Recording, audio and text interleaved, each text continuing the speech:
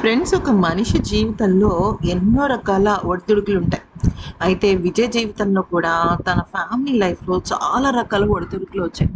కానీ విషయం ఏంటంటే, తన మనసులో తన భార్యకున్న స్థానాన్ని మరొక్కసారి నిరూపించుకున్నాడు విజయ్ దళపతి. అయితే మనం అనుకోవచ్చు, అదేంటి వాళ్ళిద్దరు విడాకుల దాకా వెళ్ళిపోయారు కదా! మరి ఇదేంటి ఇలా మాట్లాడుతున్నారని మీరు అనుకోవచ్చు.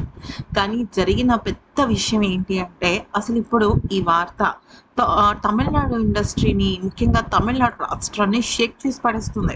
ఒక్క మాటలో చెప్పాలి అంటే సోషల్ మీడియా అంతా కూడా రచ్చ రచ్చ అయిపోతుంది. కారణం ఏంటి అంటే, విజయ్ తీసుకున్న నిర్ణయం ఏదైతే ఉందో అది తన మొదటి భార్య కోసం తీసుకున్న నిర్ణయమే కాదు. తన మొదటి భార్యకి తను ఇచ్చిన మొదటి గిఫ్ట్ ఆఫ్టర్ సీఎంగా తను ప్రమాణ స్వీకారం చేసుకున్న తర్వాత. అయితే ఇదేంటి వాళ్ళిద్దరు విడాకులు తీసుకున్నారు కదా అంటే, ఇక్కడే అసలైన ట్విస్ట్ ఉంటుంది. ఫ్రెండ్స్, విజయ్‌ది అలాగే తన భార్య సంగీతది జస్ట్ ఒక సంవత్సరం లేదా 2 సంవత్సరాలో, లేదా ఇప్పటి పెళ్ళిళ్ళలాగా ఇవాళ చేసుకుని ఒక 3 ఏళ్ల తర్వాత విడాకులు తీసుకోవటం కాదు. 27 ఏళ్ల పాటు వాళ్ళు చాలా అద్భుతంగా మంచి భార్యాభర్తల్లాగా ఇద్దరు రత్నాల్లాంటి పిల్లల్ని వాళ్ళు వాళ్ళ జీవితంలో ఒక భాగం చేసుకొని హ్యాపీగా ఉన్నారు. అయితే ఈరోజంటే మనం చూసినట్టయితే, విజయ్ సీఎం అయిన తర్వాత తను సంతకం పెట్టిన ఒక ఫైల్ ఏంటి అంటే, విద్యా సంస్థల పక్కన, అలాగే రెసిడెన్షియల్ కాలనీస్ పక్కన, ఇళ్ళ పక్కన, అలాగే గుడి పక్కన ఎక్కడా కూడా వైన్ షాపులు ఉండకూడదు. అంతేకాదు, ఆ వైన్ షాపులకి సంబంధించిన పూర్తి స్థాయి లైసెన్స్‌ని కూడా రద్దు చేస్తున్నట్టుగా విజయ్ చెప్పడం అసలు తమిళ్ ఇండస్ట్రీని షేక్ చేసేసిందనమాట. ఎందుకనంటే, ఫస్ట్ ఇక్కడ మనం గమనించాల్సింది ఏంటంటే, వైన్ షాప్ ఉంటుంది కదా! వైన్ షాప్ అనేది ఏంటి అంటే, అక్కడ ఉన్న వాళ్ళు తాగేసి, ఆ వైన్ షాపుల చుట్టూ తాగేసి వాళ్ళు నానా రకాల గోల చేస్తున్నారనమాట. అంటే అది ఎవరిని ఇబ్బంది పెడుతుంది అంటే, వాళ్ళు తాగేసి వాళ్ళేదో వాళ్ళ పని చేసుకోరు. చుట్టుపక్కలున్న విద్యా సంస్థల్లో ఆడపిల్లల్ని, లేదా ఇళ్ళ చుట్టుపక్కల ఉంటే ఇళ్ళల్లో ఉన్న వాళ్ళని, లేదంటే గుడికి వెళ్ళే వాళ్ళని, ఇలా రకరకాలుగా నానా హింసలు పెడుతున్నారనమాట. అయితే ఇది ఎందుకు విజయ్‌కి చాలా అంటే చాలా ఎమోషనల్, చాలా సెంటిమెంటలో తెలుసా? విజయ్ అలాగే తన భార్య పెళ్ళైన కొత్తలో, అంటే పెళ్ళైన ఒక 7, 8 ఇయర్స్ తర్వాత విజయ్ వాళ్ళ ఇంట్లో ఒక పనమ్మాయి ఉండేదనమాట. అయితే ఆ పనమ్మాయి వాళ్ళ వాళ్ళ పిల్లలిద్దరిని స్కూల్‌లో చదివిస్తూ ఉండేది. ఆ సమయంలో స్కూల్‌కి ఒక్క హౌస్ తేడాలో ఒక వైన్ షాప్ ఉండేది. అయితే వైన్ షాప్‌కి వెళ్ళిన ప్రతిసారి, అంటే పొద్దున పూట ఎటువంటి గొడవ ఉండేది కాదు. కానీ సాయంత్రం పిల్లల్ని 4 గంటల ఆ టైంలో తీసుకొస్తుంటే, ఈ తాగేసిన అల్లరి మూకలు వాళ్ళు దారుణంగా ఆ పనమ్మాయిని ఏడ్పిస్తూ ఉండేవాళ్ళు. అక్కడ ఉన్న వాళ్ళందరినీ కూడా హేళన ఉండేవాళ్ళు. ఈ విషయం అప్పట్లో విజయ్ అలాగే విజయ్ భార్యకి కూడా చెప్పడం జరిగింది. అప్పట్లో విజయ్ చేతుల్లో పవర్ లేదు.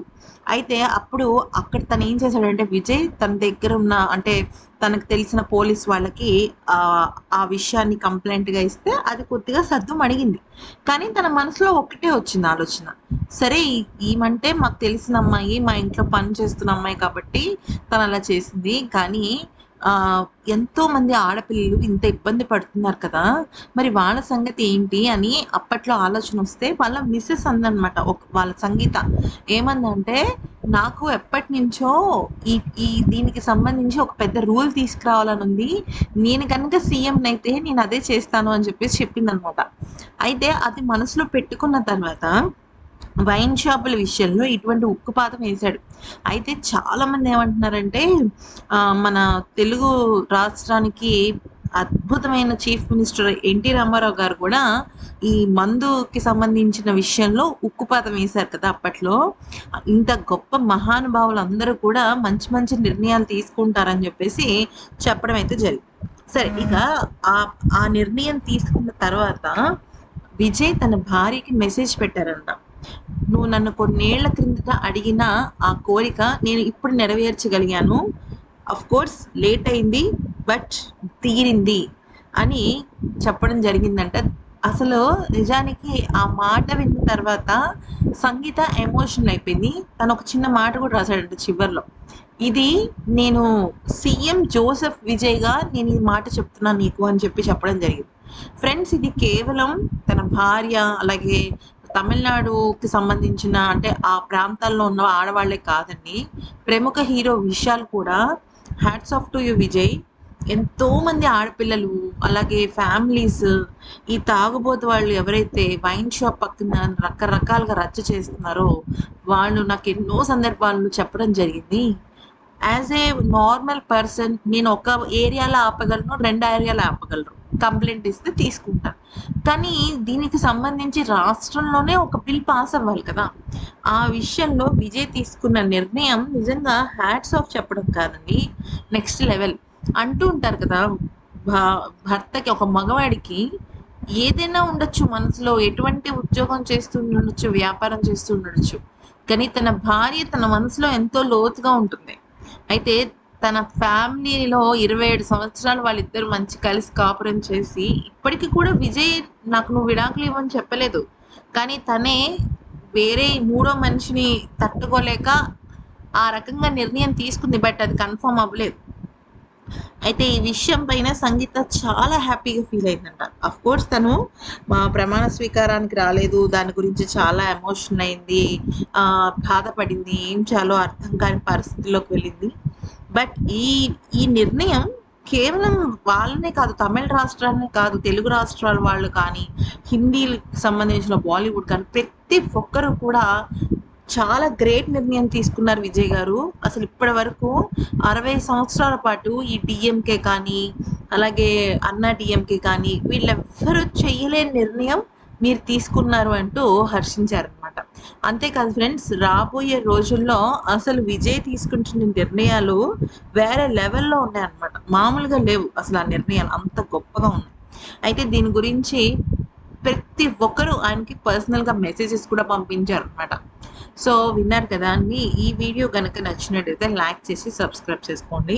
అయితే విషయం ఏంటంటే, ఇప్పుడు ప్రమాణ స్వీకారం చేసిన తర్వాత అసలు ఒక విజయ్ తీసుకున్న మినిస్ట్రీస్ కూడా, అంటే వాళ్ళ క్యాబినెట్లో చూసినట్టయితే ఒక యూట్యూబర్, ఒక తెలుగు అమ్మాయి ఉంది, ఒక ఆటో డ్రైవర్ ఉన్నారు, తన డ్రైవర్ ఉన్నారు. ఇలాగా చెప్పుకుంటూ పోతే అసలు విజయ్ తీసుకుంటున్న నిర్ణయాలు నా భూతో నా భవిష్యత్. అంటే ఇప్పుడున్న జెన్జీ కిడ్స్, మిలీనియం కిడ్స్ ఇవన్నీ కూడా వీళ్ళందరూ కూడా వాట్ ఏ లీడర్ అనేటట్టుగా ఆలోచిస్తున్నారు అనమాట. సాధారణంగా ఒక లీడర్ అనేవాడు అన్ని రకాల వర్గాల్ని కవర్ చేయాలి.